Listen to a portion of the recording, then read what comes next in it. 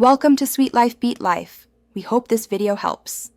To begin, we need to ensure your PS4 controller is ready for action.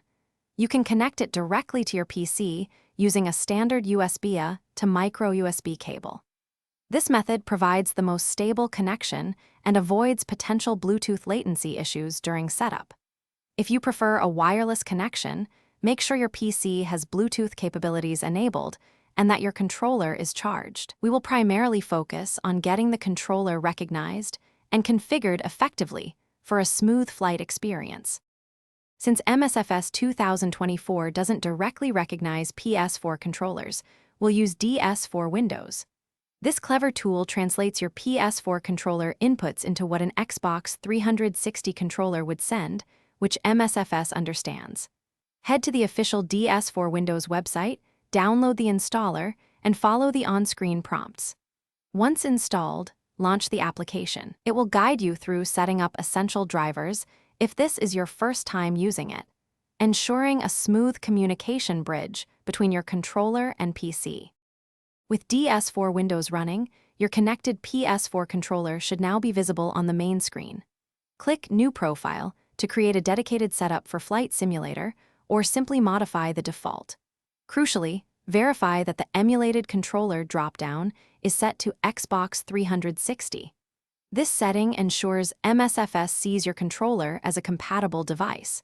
You can customize button mappings here if you wish, though the default Xbox layout is often ideal for flight simulators. Remember to save your profile before closing. Now that DS4 Windows is active and your controller is emulating an Xbox 360 gamepad, open Microsoft Flight Simulator 2024. Once in the main menu, head to the Options and then select Controls.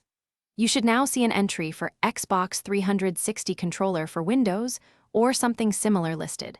Click on this profile to access its assignments. Start by mapping essential flight controls like pitch, left stick Y-axis, roll, left stick X-axis, and yaw, left/right bumpers or triggers for a basic setup.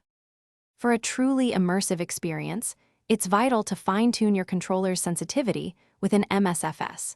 Navigate to the sensitivity settings for your Xbox 360 controller profile. Experiment with dead zones to eliminate any stick drift, typically starting with values around 5–10%.